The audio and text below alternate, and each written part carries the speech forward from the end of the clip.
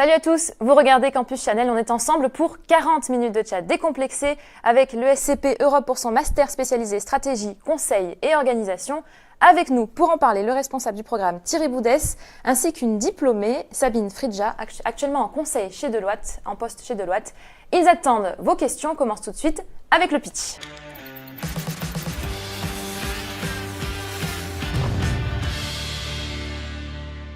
Bonjour à tous les deux et merci d'être avec nous. Thierry, est-ce que vous êtes prêt?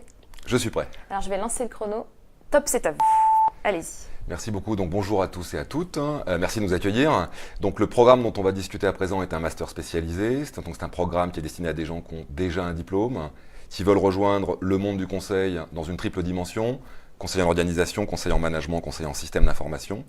Et c'est un programme qui a comme particularité d'être très ouvert sur le monde professionnel. Et je pense qu'on va parler un peu plus dans quelques instants. Donc je m'arrête là.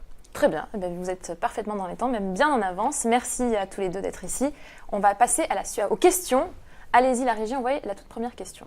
Acceptez-vous des candidats issus de l'université ou faut-il avoir fait une école de commerce pour être pris? Alors, je vais répondre du coup. Alors oui, puisque moi-même je viens de l'université. J'ai fait 5 ans de droit donc, à l'université d'Assas et de Nanterre à Paris. Donc voilà, oui, la réponse est oui. Et dans ta promo, est-ce qu'il y avait beaucoup de profils comme le tien? Il y avait des profils comme le mien, il y avait aussi des étudiants d'école de commerce, des étudiants d'école d'ingénieurs, il y avait aussi des étudiants de Sciences Po, donc des profils assez variés en fait. Alors, qu'en est-il des profils en règle générale? Est-ce que... Alors moi, la façon dont j'ai l'habitude de le présenter, c'est un cocktail en 3 tiers.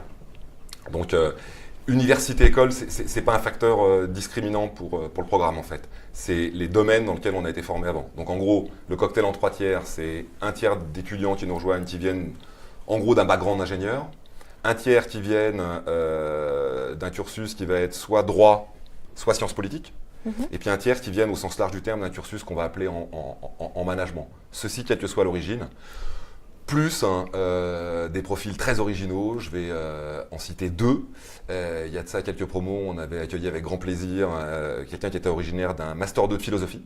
D'accord. Donc on peut vraiment avoir des trajectoires initiales qui sont pas forcément dans le monde de l'entreprise. Et cette personne, par exemple, comment avez-vous vu que son profil était cohérent par rapport à ce que vous enseignez? Alors c'est pas le profil en fait, c'est le projet professionnel. On va en reparler sûrement, mais c'est le projet professionnel qui va être l'élément déclencheur. Et puis cette année, on a un militaire et un médecin. D'accord. Et dans ta promo? Alors il y avait 2 profils assez originaux si on peut dire. Il y avait une biologiste et une psychologue. D'accord. Voilà. Et ils s'adaptaient bien au reste de la promo? Et en fait, ils s'adaptaient très bien, puisqu'encore une fois, ils avaient un projet professionnel assez cohérent.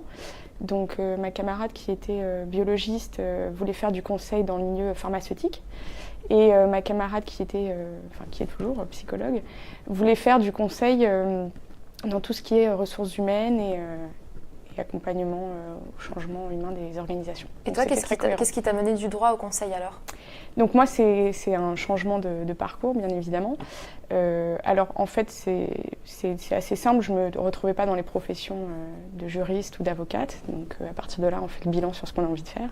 Et le métier de conseil... Après 5 ans d'études. Après 5 ans d'études, ce qui en fait n'est pas du tout paradoxal, parce qu'on acquiert aussi des mécanismes en droit qui peuvent servir dans le monde du conseil. D'accord. Et qu'est-ce qui t'a donné le déclic du coup? J'en ai parlé autour de moi, j'ai beaucoup discuté avec des consultants avant de me lancer dans l'aventure et voilà, ils m'ont parlé de leur métier, effectivement ça m'a intéressée. Très bien, on va pouvoir passer à la suite des questions. Combien de temps dure le séminaire à Cornell en avril? Je vais répondre. Donc la dimension, c'est le séminaire de clôture du programme. Il se déroule aux États-Unis, donc à Cornell, au nord de New York, sur le campus de l'université, et il dure 10 jours. D'accord. Et les frais de déplacement font partie des frais de scolarité, ainsi que les frais d'hébergement. Les seuls frais qui ne sont pas couverts sont les frais de restauration. D'accord. Pourquoi Cornell alors? Pourquoi Cornell? Pour plusieurs raisons. La première, c'est... je vais donner 3 raisons. La première, c'est qu'on a un accord avec eux, donc autant en profiter. Et pourquoi vous avez un accord avec eux? Pourquoi? Parce que Cornell, c'est une des universités américaines qui fait partie de l'Ivy League, donc qui est une université qui est parmi les grandes universités américaines. Donc c'est mon deuxième point. Mon deuxième point, c'est qu'une grande partie des concepts, des méthodes conçues en management dans les entreprises sont très fortement inspirées des du modèle nord-américain. Donc c'est bien de voir comment fonctionne l'université nord-américaine entre guillemets de l'intérieur. D'accord. Puisque l'idée, c'est de pouvoir choisir en amont des cours dans n'importe quel endroit de la faculté et puis de pouvoir assister à quelques heures de cours sur plein de domaines différents. Et puis le troisième point, c'est, moi je crois très fort au rythme. Et donc ça remplit la fonction de clôture. Et c'est bien d'être dans un univers différent, ce qui amène à s'interroger sur sa propre culture. Puisque même si on regarde les mêmes films que les Américains, on a aussi des divergences culturelles. Et pourquoi ne pas avoir fait ce séminaire en début de cursus justement pour aussi avoir une dimension peut-être de cohésion pour la promo, pour la future promo? Parce qu'on a déjà un séminaire en début de cursus. D'accord, et où est-il ce séminaire en début de cursus? Alors, moi, il était dans le Berry. Alors, il n'est plus dans le Berry, mais il est en France. Un peu moins Il est en France. Donc on part en fait quelques jours tous ensemble, en tout début de formation. Et on a beaucoup d'activités et de cours en fait. On démarre les cours directement là-bas. Et on apprend à se connaître, à travailler déjà en groupe. Et en fait, on sort de ce premier séminaire avec un vrai esprit de promotion. Donc c'est très agréable de commencer comme ça. Et pour revenir sur ce séminaire à Cornell, comment ça s'est passé pour toi? Comment l'as-tu vécu et qu'est-ce que tu y as appris au fait? Alors, ça s'est très bien passé. En fait, c'est une vraie expérience culturelle, comme le disait M. Boudès, parce que c'est un énorme campus. Cornell, c'est l'université de la Ivy League. Donc il y a toutes les infrastructures associées, évidemment. Et donc, en plus des cours sur le conseil qu'on a sur place, on a une palette de beaucoup de cours, en fait, de tous les cours proposés aux étudiants qui sont sur place. Donc, si on s'intéresse à d'autres sujets que le conseil, on a la possibilité d'aller suivre des cours. Et, qu'est-ce que tu ça, avais c'est fait très comme enrichissant. cours, par exemple? Qu'est-ce que j'avais fait? J'avais pris un cours de droit, juste par curiosité. En plus, il y avait une très belle université. T'en avais pas assez de 50 droits en France? Voilà. J'avais pris un... Qu'est-ce que j'avais pris? J'avais pris un cours de biologie aussi, pour donner un aspect scientifique, voir quelles étaient leurs infrastructures, leur matériel. On était allé voir aussi des matchs de sport interuniversitaire. Enfin, c'est une vraie expérience. D'accord. Et qu'est-ce que tu as appris pour ton futur métier, enfin ton métier actuel pour le coup? Alors moi, ça m'a confirmé ma volonté de travailler en France, parce que c'est vrai qu'il y a un esprit qui est quand même assez différent du nôtre. Et on en ressort avec un esprit quand même bien plus ouvert en fait. Voilà. Okay. Donc de l'ouverture. De l'ouverture. Okay. Allez-y. Je m'intéresse au double diplôme proposé à Cornell. Faut-il payer les frais de scolarité américains si on s'inscrit? Est-ce sélectif? Alors, je peux répondre à une partie de la question et peut-être que M. Boudès prendra la suite. Alors, c'est un double diplôme, si mes souvenirs sont bons, qui est assez axé sur les ressources humaines. Et en fait, ce que propose le SCP, c'est de faire gagner 1 an sur ce diplôme. En fait, on ne fait que la 2e année de ce diplôme. Exactement. Voilà. Et donc, évidemment, il faut payer les frais de scolarité américains, qui sont assez conséquents. Et oui, c'est sélectif, il faut candidater et se soumettre à la procédure d'admission de l'université. Ok, alors comment ça se passe? J'ai pas grand-chose à hésiter, si ce n'est qu'en effet, je confirme, c'est très sélectif. Ma position, c'est le séminaire de clôture à Cornell, c'est l'élément de clôture du programme. Le double diplôme qu'on a, c'est la cerise sur le gâteau. Mais je pense que par rapport à ce programme, il faut finir pour le gâteau, pas uniquement pour la cerise. D'accord, et on se décide à faire ce double diplôme au moment de l'admission? Non, ça peut se faire beaucoup plus tard, puisque en fait on est tributaire, comme le disait Sabine, on est tributaire des procédures de recrutement de Cornell qui doivent avoir lieu en mai. Moi, ma position, en complément de ça, c'est candidater, ça n'a de sens que si on envisage ces 5 premières années de vie professionnelle en Amérique du Nord. D'accord, donc ceux qui le font restent forcément aux États-Unis ou sont poussés à le faire en tout cas. Ma position, c'est l'intérêt de faire ça n'a de sens que par rapport à ce projet. Se dire je candidate pour ce double diplôme dans la perspective de commencer ma carrière en France en particulier ou en Europe en général, je pense que ce n'est pas forcément la meilleure façon d'en valoriser l'investissement. Et ça concerne combien d'étudiants sur la promo? C'est très peu, ça concerne un étudiant tous les 2 ans. D'accord, et que font-ils à la suite du double diplôme? S'ils restent aux États-Unis, ils sont dans les RH, c'est ça? Non, pas forcément, parce qu'en fait, le double diplôme, il porte... je rentre dans les détails, je suis désolé, je rentre dans les détails 30 secondes.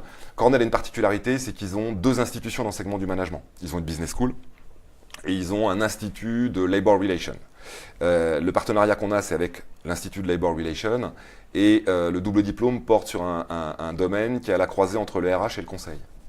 Donc, les étudiants que je connais qui ont fait ce double diplôme, certains ont effectivement commencé aux États-Unis, ce qui me paraît à mon avis être la logique la plus adaptée. D'autres sont revenus. Mais on parle de tout petits effectifs. D'accord, donc on a dit un par promo chaque année Non, en moyenne. un tous les 2 ans. Un tous les 2 ans. Un tous les 2 ans, parce D'accord, qu'encore donc faut-il qu'il y ait le projet et que la sélection soit effectivement aboutisse positivement par rapport aux procédures de l'Université Cornell, qui sont très sélectives. Ok. Qu'est-ce qui est le plus difficile pour un ingénieur dans ce MS? Alors vous avez dit les ingénieurs représentent une bonne part quand même des promos. gros tiers. Un gros tiers. Un gros tiers. Et c'est un public qu'on accueille avec beaucoup de plaisir. Rien. Ni plus, ni moins. Ils n'ont pas de difficultés dans certaines matières, ou en tout cas certaines lacunes quand ils arrivent? Non, le saut du programme, c'est la variété. Donc, chacun vient avec des domaines dans lesquels il peut être plus ou moins à l'aise, mais forcément, il y a des domaines dans lesquels on le sera moins. Donc, et puis en plus, il y a l'ingénieur, c'est une espèce avec plein de sous-espèces quand même.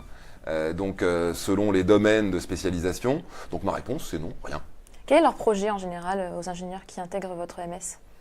Ils cherchent à rejoindre le monde du conseil. C'est généralement, c'est le projet de, en gros, 90% des étudiants d'une promo. Et c'est pour ça que le master s'organise. Tu avais des camarades ingénieurs? Bien sûr, j'avais des camarades S'adaptaient bien au rythme, aux différentes matières? L'ingénieur est-il fréquentable? L'ingénieur est fréquentable, l'ingénieur est sympathique. Non, mais bien sûr, il n'y a aucune difficulté pour les ingénieurs dans ce programme. Et pour toi, qu'est-ce qui a été le plus difficile?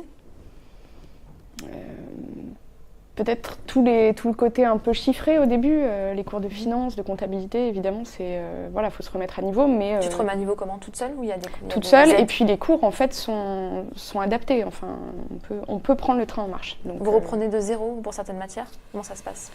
Non, on n'a pas les moyens, puisque les cours en fait se déroulent à plein temps, en gros de mi-septembre jusqu'à fin mars, sur un rythme dans lequel il y a un certain nombre de professionnels qui interviennent. Donc ça veut dire qu'on ne peut pas repartir sur une logique qui déroule complètement une discipline. Ça, on n'en a pas le temps en fait. Donc la façon dont ça fonctionne, c'est qu'il y a un gros travail des étudiants qui se socialisent. Et la socialisation, elle se fait aussi beaucoup avec les professionnels. Dans lequel, quand on est amené à restituer devant des professionnels, à un moment, on voit la façon dont ils attendent à la fois en termes de posture et en termes de ce qu'on met en avant, ce qu'on ne met pas en avant. Et puis l'autre point, c'est que les étudiants travaillent beaucoup en groupe, donc ils apprennent les uns des autres. Et dans certains travaux de groupe dont je fais la composition, moi je travaille la composition de telle façon à maximiser cette variété, donc à rendre possible l'échange entre eux. Donc tes camarades ingénieurs, par exemple, t'ont aidé dans les matières un peu chiffrées? Complètement. Vous êtes mélangés dans des groupes hétéroclites? Complètement. On fait énormément de travaux en groupe et souvent on s'efforce de bien mélanger la composition entre des Sciences Po, des juristes, des ingénieurs. Voilà, okay. Ça permet de trouver un bon équilibre de travail. Très bien. Il y a une autre question. Salut, est-ce que tu avais postulé à HEC, MS Strategic Management et à Dauphine, Master 102 Conseil et Recherche? Si oui, pourquoi le SCP au final? Alors oui, je sais que ces deux établissements offrent des formations de master spécialisées. Alors pourquoi le SCP au final et pas ces deux autres? Alors le SCP a l'avantage d'être déjà situé à Paris, dans le centre de Paris. Dans le centre de Paris, et d'offrir un réseau d'anciens alumni extrêmement important. Il y a plus, je crois, de 45 000 anciens au niveau de l'institution, au niveau de l'institution l'institution dans son ensemble. D'accord. Et je crois qu'il y a plus de 400 anciens étudiants du MS. Oui, tout à fait. Mais est-ce que c'est ça qui a fait l'argument là-dessus quand tu as regardé les différents programmes? Alors, le second argument, c'est que à HEC, si mes souvenirs sont bons, le master spécialisé propose surtout des enseignements en anglais et a une part un petit peu moindre de workshop, donc d'intervention de professionnels. Et étant donné que dans mon idée, le master spécialisé allait être un tremplin pour moi pour rejoindre le monde du conseil, je voulais qu'il soit le plus professionnalisant possible et donc fréquenter le plus de cabinets au cours de cette formation. C'est pourquoi j'ai choisi le SCP. Et du coup, tu avais hésité quand même avec ces autres programmes? Est-ce que tu avais postulé à d'autres programmes? Non, j'ai postulé qu'à l'ESCP. D'accord. Voilà. Très bien. Alors, quel est votre point fort par rapport à des formations similaires? Qu'est-ce qu'on pourrait mettre en avant? Mon point fort, j'en sais rien, et puis je suis le moins crédible à formuler ce genre de propos. Moi, ce que je veux dire, c'est que, je pense le plus grand bien de mes concurrents, et on est dans un univers concurrentiel, ce qui est très bien, ce qui permet à personne de s'endormir sur ses lauriers. 2, moi, je recommande à tous nos candidats de regarder attentivement, et il y en a d'autres. Il y a d'autres institutions qui offrent des programmes, alors pas forcément similaires, mais qui se recoupent. Parce que l'enjeu pour nous, c'est d'être choisi et pas d'être subi. Donc autant bien regarder. Après, le point sur lequel nous, on met l'accent, c'est l'hybridation avec le monde professionnel. Donc l'année passée, il y a 20 cabinets qui sont intervenus sur un format qui a une dimension pédagogique. C'est-à-dire dans lesquels le cabinet ne vient pas uniquement se présenter, ce qui n'est pas l'enjeu. C'est pas juste des conférences magistrales? Non, c'est l'idée qu'on développe soit les savoirs, soit les savoir-faire, soit les savoir-être au travers de cette intervention. Et comment ça se passe concrètement? Est-ce que ils sont vraiment accessibles?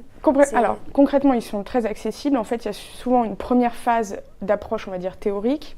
Donc, on peut prendre une thématique comme la conduite du changement ou le conseil en organisation. Et après, on va avoir un cas pratique. Et en fait, on va travailler avec ce cabinet pour réfléchir sur ce cas pratique et le présenter devant un jury final. Est-ce que tu as un exemple de cas pratique qui t'a marqué avec un professionnel en fait, ça va surtout être eux des cas de mission qu'ils ont eus. Donc on est vraiment dans un cas. Donc ça veut dire que ça a des conséquences directes sur l'entreprise avec laquelle tu travailles?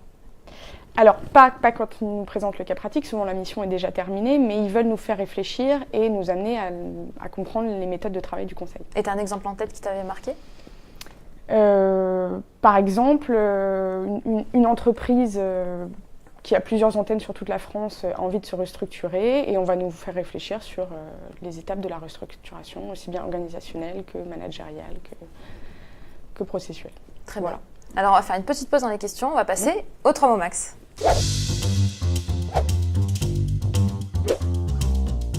Le 3 mots max, c'est 3 mots maximum pour définir leur programme. À chaque mot, un argument. Alors je vais commencer. Donc on va faire dans le totem. Donc on va prendre 3 animaux. C'est bien, vous avez respecté la règle de l'originalité. même si on n'affiche pas le totem des animaux tous les jours dans la salle de cours. On reste sérieux. Pas forcément. Moi, ma philosophie dans le programme, c'est une philosophie qu'on retrouve dans plein de cabinets de conseil qui est work hard, play hard. Ok. Mais d'abord work hard quand même. Exactement. Donc le premier, je vais en commenter 2 et puis Sabine finira. Donc le premier animal qu'on va retenir, c'est l'éléphant. Ok. Alors pourquoi l'éléphant? Parce que dans la mythologie indienne, l'éléphant incarne la sagesse et donc c'est, alors pas l'équivalent, mais c'est une forme de saint patron des étudiants. D'accord. Et donc, un programme comme ça, ça n'existe que par ses étudiants. Donc ça me paraît un point important. Le deuxième, c'est le loup. Parce que moi, ce que j'aime bien dire aux étudiants, c'est que généralement, leur enjeu, c'est de trouver, au sortir du programme, un job. Et moi, je leur recommande toujours de chasser en meute. Le loup, il chasse en meute. Et donc, mais le loup peut être solitaire. Privilégier. Oui, mais généralement, ça finit mal quand il est solitaire. Donc, il vaut mieux rester dans la meute. Donc, moi, je privilégie la dynamique collective et le fait que le programme fonctionne et chasse en meute. Et généralement, c'est comme ça que ça se passe. Et je laisse le dernier animal. Alors, quel animal tu vas nous trouver? Alors, moi, je vais finir sur le papillon. Pourquoi le papillon? Un peu plus poétique. Un peu plus poétique. Pourquoi le papillon? Parce que, en fait, pendant ces 18 mois de formation au sein de ce MS, on est en cours de transformation. On est en cours de transformation et à l'issue de ces 18 mois, on sort prêt, on sort avec les bons outils pour pouvoir intégrer le monde du conseil sereinement. Voilà. Et tu as l'impression d'être passé de la chenille au papillon? D'avoir pris mon envol, et, exactement, et de pouvoir m'épanouir dans mon projet professionnel. Très bien, merci beaucoup à tous les deux pour ces 3 mots bien originaux. On va passer à la suite des questions. Allez-y. À quel moment et de quelle manière trouve-t-on son stage de fin d'études? Alors, je parlerai sous votre contrôle. Donc, en gros, il va y avoir 3 leviers principaux. Le premier, c'est qu'au travers des rencontres avec les cabinets, il peut se nouer des intérêts mutuels.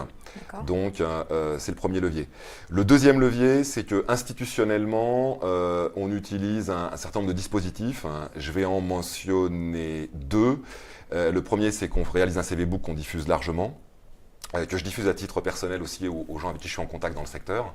Et puis, donc, il y a des prises de contact qui se font directement par les étudiants. Et puis, on a un Career Center qui offre aux étudiants des masters spécialisés comme aux autres étudiants un certain nombre de services par rapport au placement. Et puis dernier point, nos étudiants généralement, ils sont particulièrement actifs et ils chassent en meute. Et donc, ils génèrent aussi des recherches par leur recherche individuelle et parfois même qui se transfèrent d'un étudiant à l'autre. D'accord, c'est-à-dire C'est-à-dire un étudiant qui va chercher dans un cabinet, qui obtient par exemple un certain nombre d'entretiens, puis qui se rend compte que la culture du cabinet, c'est pas exactement ce qu'il cherche, ou les types de missions, c'est pas exactement ce qu'il cherche, mais qui connaît le cabinet, qu'on n'a pas nous l'occasion de faire intervenir, c'est déjà arrivé, qui disent à ses copains, moi je suis en contact avec telle structure, j'irai pas au bout, parce que c'est pas le projet, mais je pense que ça pourrait t'intéresser. Et donc, c'est l'idée qu'il peut y avoir des transferts de ce type-là. Donc, tu confirmes, Sabine, il y a une forme de solidarité entre les étudiants au moment de la recherche de stage et avec les anciens peut-être aussi? Absolument, il y a une très grande solidarité et oui, il faut s'appuyer sur le réseau des anciens. Moi, c'est comme ça que j'ai trouvé mon stage. Donc, comment ça s'est passé concrètement pour toi? Tu peux nous raconter la recherche de stage jusqu'au stage? Alors, c'est une période très intensive parce qu'il faut l'allier avec la période de cours et de workshop qui a lieu en même temps. Donc, voilà, il faut trouver un bon équilibre. C'est une période assez longue puisqu'en fait les cabinets font plusieurs tours de recrutement. Donc il n'y a pas juste un entretien et ça y est. Donc il y a plusieurs entretiens en fait. Il y a plusieurs entretiens par cabinet. Donc évidemment pour avoir le choix, et il faut avoir le choix, il faut cibler plusieurs cabinets et réussir tous ces tours d'entretien. D'accord, et donc tu en avais combien toi de cabinets dans ton viseur? Dans mon viseur, j'avais une dizaine de cabinets. Donc, tu as passé 10 x 3 entretiens? Alors, en fonction de l'emploi du temps, en fait, on a des réponses plus ou moins rapidement. Et puis, le tri, en fait, se fait en fonction du fit aussi que nous, on a avec le cabinet. Il faut que ça se passe bien des deux côtés. Donc, vous êtes vraiment obligé de passer autant d'entretiens C'est la norme dans le secteur. C'est-à-dire que les cabinets de conseil font tous plusieurs rounds pour des raisons que je ne vais pas évoquer maintenant, mais qui se comprennent. Et ça va de 3 jusqu'à 7 rounds. Selon les cabinets. D'accord, mais du coup, vous ne pouvez pas cibler moins d'entreprises justement pour concentrer vos forces? C'est pas plus confortable pour vous? C'est le choix de chacun. Après, moi, je voulais avoir le choix en fait. Est-ce que c'était pour me rassurer? Je ne sais pas, mais je voulais vraiment avoir le choix et rencontrer aussi des consultants de chaque cabinet pour savoir comment ils travaillaient. Et tu as choisi quel cabinet du coup? Alors du coup, je travaille aujourd'hui chez Deloitte. Donc, tu as choisi le cabinet en stage qui t'a embauché à la suite de Absolument, ton stage. c'est là où j'ai fait mon stage de fin d'études et ce stage s'est terminé en CDI. Alors, quelles étaient tes missions quand tu étais en stage? Est-ce que tu avais des réelles responsabilités? Absolument, je suis montée tout de suite en mission, 2 jours après mon arrivée au sein du cabinet, directement chez le client et j'ai commencé ma mission comme une consultante. Et tu savais qu'il y avait un poste à la clé? Souvent, les cabinets sont assez honnêtes et c'est donnant-donnant. En fait, ils nous forment pendant 6 mois et nous aussi, on s'investit pendant 6 mois. Donc, dans leur objectif de recrutement de stage, il y a une embauche à la clé. D'accord, et c'est le cas du coup de toute la promo de Sabine, de la promo actuelle. Est-ce que forcément, ça se transforme en contrat juste derrière? Alors, très souvent pour une raison toute très pratique, c'est qu'un cabinet de conseil, ça vend du temps de ses consultants. Ça va passer beaucoup de temps. 7 rounds par exemple, peut-être 7 c'est beaucoup là, mais ceux qui vont faire 3-4 rounds, ça veut dire que c'est un coût d'opportunité énorme en temps pour eux, donc ils ont investi dans le recrutement, ensuite ils investissent dans la formation de la personne qui les rejoigne, c'est tout leur intérêt que ce soit pour une aventure qui va durer un certain temps, donc c'est un effet assez mécanique du secteur, et nos étudiants, ils se placent bien, on en a, combien vous aviez d'offres? Alors moi j'ai arrêté du coup, je ne suis pas allée dans les 10 cabinets jusqu'au bout, donc j'ai eu 3 offres fermes finalement. Généralement les étudiants en ont plusieurs des offres. On en a, alors statistiquement on en a un tiers qui rentre directement en CDI aussi. D'accord, les autres changent d'entreprise C'est-à-dire dans lequel la première offre elle est en CDI. D'accord. Ce qui est une façon pour le cabinet de minimiser son risque d'investissement. Donc oui, le placement généralement se déroule plutôt bien. Okay. La majorité de mes camarades ont transformé leur stage en CDI. Voilà. Ok. Allez-y pour la prochaine question. Alors, pourquoi payer un master spécialisé pour travailler dans le conseil alors que c'est déjà la voie classique post-école de commerce? Alors, pourquoi payer un master spécialisé? Donc toi, c'est pas ton cas, tu as fait presque une reconversion. Absolument, mais je veux quand même parler de la valeur ajoutée de ce master spécialisé vis-à-vis peut-être d'une école de commerce un peu plus... Tu avais des camarades qui étaient en école de commerce? Absolument, il y avait des camarades en école de commerce avant ce master spécialisé. En fait, on nous donne vraiment pendant 18 mois les outils du métier de consultant. Et je ne sais pas s'il y a des cours de conseil dans les écoles de commerce. Il y a peut-être des spécialisations. Il y a peut-être des Bien spécialisations. sûr. En tout cas, on est vraiment formé pour intégrer directement le monde du conseil. Ensuite, et il faut le dire, il y a certaines entreprises de conseil qui recrutent mieux grâce à cette étiquette ESCP. Voilà, D'accord. Donc l'image de marque aussi, l'image de marque joue aussi dans sur le choix, par exemple, Bien d'un étudiant en école de commerce qui souhaite continuer dans ce terme. Mais la question est très pertinente, hein, et ça pose la question de la redondance pour quelqu'un qui a déjà une formation en management. Et si la redondance est forte, il ne faut surtout pas s'engager dans un MS. Donc en fait, ça c'est quelque chose que vous mettez en garde les étudiants en école de commerce qui souhaitent peut-être postuler. C'est une question qu'on va poser en entretien si on a face à nous quelqu'un de très brillant, mais qui a un parcours qui nous paraît extrêmement redondant avec ce que peut lui apporter l'EMS. Donc la question c'est qu'est-ce que va lui apporter l'EMS qu'il n'est pas déjà. Donc c'est une vraie question à se poser par rapport au projet des candidats. Donc les étudiants en école de commerce, issus des écoles de commerce, sont ceux qui n'ont pas forcément fait de spécialisation, qui n'ont aucune compétence dans ce milieu-là. La formation en management, elle n'est pas que venant d'écoles de commerce. Donc on va aussi avoir des formations universitaires. Et puis les formations, le management, c'est un grand paquet dans lequel il y a plein de sous-ensembles. Par exemple, on peut avoir des étudiants qui vont être très spécialisés en finance. Et donc qui viennent chercher dans le programme un complément de formation par rapport à un certain nombre de domaines sur le conseil dans les 3 volets que j'ai énoncés au départ, qu'ils n'ont pas forcément approfondi dans le cadre de leur parcours au départ. Et là, on a une complémentarité qui fonctionne bien. Okay. Cela peut-il être intéressant pour un cadre, entre parenthèses 33 ans, de faire ce MS pour opérer un changement de carrière? Les boîtes de conseil ne sont-elles pas fermées à des profils plus âgés? Alors, je vais répondre en 2 temps. Premier temps, on a des participants de plus de 30 ans. D'accord. Donc la question, c'est quelle est la logique du projet professionnel et en quoi un master à plein temps est-il contributeur? Parce qu'il faut savoir qu'il existe au sein de l'école d'autres programmes qui sont des programmes à mi-temps, ou en tout cas à part de temps, qui permettent de continuer une activité. Comme des MBA par exemple, ce genre de choses? Alors vous avez des MBA, mais vous avez également des formats de master spécialisés qui sont part-time, donc qui permettent de garder l'exercice d'un job. Donc ma réponse par rapport à ça, c'est oui. La question, c'est de bien penser la cohérence du projet professionnel et la place de la formation dans ce cadre-là. Et on a eu par le passé des étudiants de ce type d'âge, avec des profils qui n'étaient absolument pas dans le conseil au départ. Et la personne à laquelle je pense était une dame, et de mémoire, elle a eu 5 offres en sortant du programme. Donc les cabinets embauchent aussi des personnes qui sont un peu plus âgées, on va dire, mais c'est pas non plus âgé. Oui, sous réserve de bien penser la cohérence entre ce que j'ai fait avant, le moment où je suis dans mon développement, et pourquoi je veux rejoindre le conseil, et comment ce programme va m'apporter un effet de levier. Et le fait qu'on soit un peu plus âgé n'impacte pas forcément le salaire? On a le même salaire qu'une personne qui a 26 ans, par exemple? C'est une question de négociation, en fait. Et la négociation, elle va se porter justement sur l'effet de trajectoire qu'on peut défendre. Maintenant, par rapport à quelqu'un qui est un pur débutant, la question c'est en quoi ce que j'ai fait avant me permet d'avoir un impact d'intervention supérieur. Très bien. Alors on va passer à une question de fond. C'est le moment de la question experte.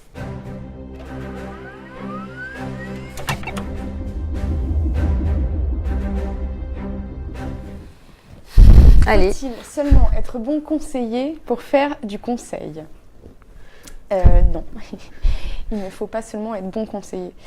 D'accord. Quelle qualité faut-il avoir justement pour réussir dans ce milieu? Toi qui viens d'un monde complètement différent, est-ce que tu as découvert qu'il y avait des soft skills, comme on appelle ça, à maîtriser? Je pense que c'est un métier rigoureux. Et c'est un métier où il faut avoir une certaine intelligence sociale et situationnelle. On est très souvent en interaction avec ses collègues, avec ses clients, et donc il faut avoir la bonne posture au bon moment. Voilà. D'accord. C'est quelque chose que tu as appris dans le MS, ça? C'est quelque chose... Il y a des enseignements sur ces sujets dans le MS, et puis ça s'apprend évidemment avec l'expérience. Une dernière qualité, c'est l'humilité surtout. Je pense que quand on est consultant, on est propulsé souvent dans un milieu chez le client directement. Et donc, il faut savoir s'adapter à sa manière de travailler et surtout ne pas arriver avec ses grands sabots en prodiguant ses grands conseils. Voilà. Pour le commun des mortels, quand même, faire du conseil, c'est donner des conseils. Est-ce que ça se fonde sur quelque chose d'autre ? Oui, alors je pense que justement, la formulation est intéressante sur jeu de mots, sur conseiller et conseil, mais il faut sortir de l'image du toute-puissance du consultant. C'est-à-dire que l'image consistant à dire qu'un consultant, c'est quelqu'un qui va expliquer la vie aux gens de l'entreprise, comme le ferait quelqu'un qui est en surplomb par rapport à ça. À mon avis, c'est une représentation qui est complètement fausse et qui risque d'avoir des effets potentiellement dévastateurs, justement par rapport à l'humilité. La posture que moi je défends dans le programme, c'est que et je la défends avec les professionnels qui nous font l'amitié d'intervenir, c'est que le conseil, c'est avant tout de la prestation de services intellectuels à valeur ajoutée. Et quand on dit ça, on retombe en effet sur tout ce qu'énonçait Sabine. Ça veut dire être capable de s'adapter par rapport au contexte du client, être capable d'être extrêmement rigoureux dans les rendus qu'on va avoir. Et donc je pense qu'il faut sortir de l'image d'un espèce de consultant qu'en sait toujours plus que ses clients. C'est pas là-dessus que ça se joue. Il y a une toute petite niche du conseil qui est comme ça, mais ce serait illusoire de penser qu'un étudiant qui sort d'un programme, même s'il a été très brillant, il a été très bien formé auparavant, à 24 ans, il va occuper ce genre de posture. C'est pas comme ça que ça fonctionne. Alors Sabine disait que le MS, quand même, lui avait appris à développer ce genre de qualité. Quels sont les cours en lien avec ça? Alors, on va avoir en gros trois dispositifs. On va avoir des cours sur l'objet en tant que tel. On va avoir également énormément de mises en situation, qui sont des mises en situation dans lesquelles il arrive que certains professionnels organisent des jeux de rôle ou des rendus qui vont être ce qu'eux-mêmes vivent en mission. C'est-à-dire, un exemple très bête, c'est votre client qui quitte l'entreprise. Et donc, vous avez un nouveau porteur du projet qui croit très moyennement en ce que pensait son prédécesseur. Donc, comment on fait par rapport à ça, comment on s'adapte. Et puis, il y a un dernier dispositif qui est essayer de donner aux étudiants le vécu d'une mission de conseil longue, donc qui se déroule avec des vrais consultants, de mi-octobre jusqu'à fin mars, et dans lequel, là, il s'agit de jouer le rôle d'une équipe de juniors, monitorée face à un vrai client, par des vrais consultants. Et là, on est de plus en plus dans la vie réelle. Et donc, on fait l'expérience de ce que ça sous-entend dans ce type d'interaction. Très bien. Du coup, on va pouvoir passer à la suite des questions. Allez-y. J'aimerais en savoir plus sur la sélectivité du MS, nombre de candidats, nombre d'admis, et sur ce qui fait vraiment la différence pour vous chez un candidat. Merci. Vraiment en majuscule. Oui. Ouais. Ça nous permet de parler de l'admission. Du coup, comment ça se passe? Alors, l'admission. Donc, il y a 3 tours d'admission. Je crois qu'il y en a Presque comme dans un cabinet de conseil. Oui, voilà. Mais alors là, c'est pas 3 tours. On va dire qu'il y a 3 phases, 3 épisodes de recrutement. Il y a un épisode en janvier, un épisode en mai et un épisode en juillet. Et donc, il y a une phase de sélection sur dossier avec, je crois, 2 lettres de motivation et un score en anglais à apporter. Et ensuite, si le dossier est sélectionné, un entretien avec M. Boudès et un professionnel pour vérifier la cohérence du parcours et la motivation pour intégrer le programme. Alors, quelle est la sélectivité? Combien vous recevez de dossiers? Combien sont acceptés? La sélectivité, ce n'est pas un enjeu.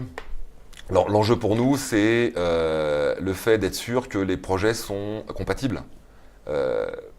Moi, en tant qu'individu qui m'occupe du programme, ce que je veux surtout éviter, c'est l'étudiant qui a le sentiment que ce qu'il y a en face de lui n'est pas au rendez-vous. Donc c'est ça qu'on va chercher à tout prix à éviter. Donc ça veut dire que, en gros, pour donner des ordres de grandeur, en termes de probabilité, entre les dossiers qui nous sont soumis et les entretiens ensuite, il y a la probabilité de passer l'entretien, elle est de 2/3. Au minimum. Et puis, lors des échanges qui se font toujours avec des professionnels, donc le jury, c'est au moins 2 personnes, voire 3, et on essaye d'avoir des professionnels avec nous. Là, généralement, la probabilité d'une offre derrière, c'est-à-dire de dire, voilà, nous, on souhaiterait que vous nous rejoigniez, elle est un petit peu plus de 50%, 50-60%. Et dans le dossier, qu'est-ce que vous regardez? Bon, le projet professionnel, on a bien compris, vous regardez quand même, je sais pas, l'université d'origine, peut-être, les notes? C'est pas le critère dominant. Ce qu'on va regarder, c'est... moi, les 3 questions que j'aime bien poser, y compris à l'échange, c'est pourquoi ce master? Pourquoi maintenant? Pour faire quoi? Donc on va regarder moi je vais essayer de comprendre dans les dossiers le type de contribution que peut avoir le programme. Après, je trouve ça important d'avoir des lettres de recommandation. Notamment, un bon cocktail, c'est un volet académique, donc un prof ou quelqu'un qui est accompagné académiquement, et un volet plus pratique. Donc soit des stages, soit s'il y a un investissement associatif, des gens de l'univers associatif, etc., pour voir le regard. Mais qui n'ont aucun rapport, pas forcément un rapport avec le domaine du conseil, etc. Ah non, on a plus de la moitié des étudiants qui, au départ, n'ont pas d'expérience conseil. C'est justement l'objet du master que d'être une possibilité d'entrée. Donc ça, c'est absolument pas un enjeu. Puis après, on est sensible aussi à la posture. C'est-à-dire, je reprends ce que disait Sabine sur toute la capacité interactionnelle. Donc c'est quelque chose qui va être important, sur lequel on va avoir des éléments d'aide, mais dans lequel, pour paraphraser McDo, la personne vient comme elle est. Et donc il y a aussi dans l'interaction, est-ce que on se dit que dans le monde du conseil, qui va être très exigeant en termes d'interaction, de lien social et de capacité à s'adapter, est-ce que la personne qu'on a en face de nous pendant l'entretien, elle nous donne à penser que le papillon va être la chenille va être un beau papillon extraordinaire à l'issue de ce que le programme peut apporter. Dernier point sur lequel j'insiste, la maîtrise de l'anglais. Oui, j'allais vous demander, est-ce que c'est un point éliminatoire ou pas? C'est pas un point éliminatoire en soi, mais il faut bien avoir en tête que même si le conseil est un marché localisé nationalement en début de carrière, c'est-à-dire que pour espérer travailler dans le consulting à l'étranger, il faut maîtriser la langue et la culture du pays qu'on cible. Ce qui explique qu'en début de carrière, c'est localisé le conseil. Néanmoins, tous les cabinets, même les petits, ne veulent pas prendre le risque de s'engager avec un collaborateur qui va grandir avec eux et qui sera bloqué au moment où il faudra interagir avec des publics qui ne sont pas francophones. Donc la maîtrise de l'anglais est une condition absolument indispensable. Vous le contrôlez au moment de l'entretien? On contrôle de deux façons, c'est-à-dire qu'on regarde dans le dossier un indicateur d'évaluation de niveau d'anglais, quel qu'il soit. Si on va sur le site, vous verrez, on autorise donc TOEFL, TOEIC, ce genre de choses. Un très grand nombre d'indicateurs. Et systématiquement, dans l'entretien, on bascule en anglais à un moment. Ok. Allez-y, on va peut-être poser une dernière question avant la conclusion. Le conseil en stratégie est-il réellement accessible après un tel MS? J'ai entendu dire que les MS n'entraient pas dans les process bien spécifiques de recrutement des cabinets. Alors, je vais répondre et puis je vous laisserai compléter. Donc, le conseil en stratégie, déjà, la question, c'est il faut s'entendre sur de qui on parle. Donc, moi, je vais prendre une métrique qui vaut ce qu'elle vaut. Je vais prendre les cabinets répertoriés comme tels par un site avec qui on est en relation, qui est Consultor. Alors, ce type de cabinet de conseil a des exigences extrêmement particulières en termes de profil d'origine. Donc, par rapport à ça, en gros, soit les étudiants qui nous rejoignent ont un profil d'origine, et quand je dis profil d'origine, je parle diplôme, qui correspond aux exigences de ces cabinets. Et à ce moment-là, on va leur apporter un effet de levier en termes de préparation, de posture, etc. Soit ces étudiants n'ont pas ce profil d'origine. Et à ce moment-là, moi, je les invite toujours à candidater, mais si leur objectif, c'est j'investis dans ce MS dans tous les sens du terme, avec le seul objectif de rejoindre le top 3, par exemple, ce type de cabinet, à ce moment-là, le risque de déception, il est très fort. Et donc là, ça me paraît être un choix très risqué, sur lequel, moi, personnellement, j'invite les étudiants à réfléchir à deux fois. Le dernier point sur lequel j'ajoute, c'est qu'il est possible de les rejoindre après une première expérience. Et on a des diplômés du programme qui l'ont fait. Et dans ta promo, la promo dans laquelle tu étais, la promo précédente, est-ce qu'il y avait des camarades qui ont intégré des cabinets du top 3, par exemple, pour ne citer que? Non, très peu. Vraiment, encore une fois, il faut un parcours antérieur cible pour ces cabinets-là, ce qui est très difficile. Est-ce que c'est ton objectif, toi, pour la suite? Pas du tout. Moi, je me plais beaucoup dans le conseil en management et en organisation. Donc, c'est des cabinets que je n'ai pas ciblés de mon côté. Après, le master spécialisé prépare aux entretiens de ces cabinets. Donc, ça peut être un bon effet de levier pour ceux qui ont un parcours antérieur cohérent. Très bien. Voilà. Alors, ça fait déjà presque 40 minutes qu'on est ensemble. Je vais vous laisser quand même quelques minutes, en tout cas quelques mots à chacun pour conclure. Si vous voulez ajouter quelque chose, allez-y, c'est le moment. Honneur aux dames. Très bien. Alors, moi, le master spécialisé a complètement répondu à mes attentes, c'est-à-dire me former et me projeter dans un environnement professionnel qu'est le conseil, avec surtout les bons outils et la bonne posture. Ok. Donc, si c'est un monde que vous voulez rejoindre, je vous invite à candidater et à postuler à ce master qui est extrêmement formateur. Merci beaucoup. Moi, je conclurai sur 2 points. Il faut penser le fait de rejoindre un master spécialisé comme celui-là comme un investissement. Investissement en argent, investissement en temps, investissement en énergie. Et donc, comme tout investissement, il faut bien y réfléchir et penser comment cet investissement s'inscrit dans la trajectoire qu'on a engagée. Et puis moi, je conclurai sur une phrase que j'aime bien, qui n'est pas de moi. Il faut venir aussi avec la posture de vouloir échanger au risque de changer. Merci beaucoup. Ça sera le mot de la fin. Merci beaucoup à tous les deux d'être venus et d'avoir répondu aux questions des candidats et peut-être futurs étudiants de la promo. Et merci à vous derrière l'écran d'avoir posé toutes ces questions. À bientôt sur Campus Channel.